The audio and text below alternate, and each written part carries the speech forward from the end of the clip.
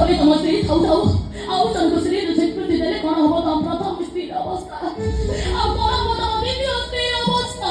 ମୋ ଭାଗ୍ୟରେ ତ ଦୁଇଟା ସ୍ତ୍ରୀ।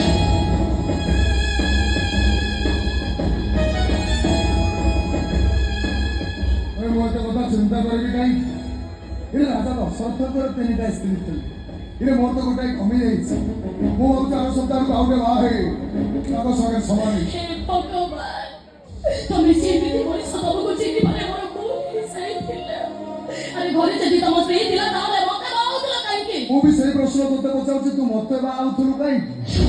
ଓ ସରକାରୀ ଚାକିରିରେ ସ୍ୱାମୀ ପାଇବି ଫରେଷ୍ଟ ରେଞ୍ଜରଙ୍କ ଦରମା ଯେତିକି ଫରମା ତାଠୁ ବେଶୀ ଟଙ୍କାର ଗଦିରେ ଶୋଇବି ସୁନା ମତେ ବିଶ୍ୱାସ କର ତମ ଟଙ୍କା ସୁନା ଉପରେ ମୋର ଟିକେ ବି ଲୋଭ ନଥିଲା ପ୍ରେମର ମାୟା ତୁଳନା ତମେ ମତେ ଏମିତି ଛନ୍ଦି ଦେଲ ଯେ ଝିଅ ମାନେ ଭାରି ଚାଲାକି ନୁହଁ ପ୍ରଥମେ କାଦୁଅ ରାସ୍ତାରେ ଚାଲିବାକୁ ଭାରି ଭଲ ପାଇବି ହେଲେ ଯେମିତିକି କାଦୁଅ ଦେହରେ ଛିଡ଼ିକି ଲାଗିଯିବ ସାଙ୍ଗେ ସାଙ୍ଗେ ଟୋକାମାନଙ୍କ ଦୋଷ ଦେଇଦେବେ ଭାଇ ସଫା ସଫା କଣ ତୋର ଦରକାର ହେଲେ ଏ ସମୟରେ ମୋ ଘରେ ତ ପାଦ କେବେ ପଡ଼ିପାରିବ ଶାଶୁଘର ସବୁ ଝିଅଙ୍କ ପାଇଁ ସ୍ୱର୍ଗପୁର ସେହି ସ୍ୱର୍ଗପୁରକୁ ଯିବା ପାଇଁ ସବୁ ଝିଅଙ୍କର ସୌଭାଗ୍ୟ ସବୁ ଝିଅଙ୍କ ସହିତ ନିଜକୁ ତୁଳନା କରିବା ପାଇଁ ଚେଷ୍ଟା କରନି କାହିଁକି ତୁଳନା କରିବିନି?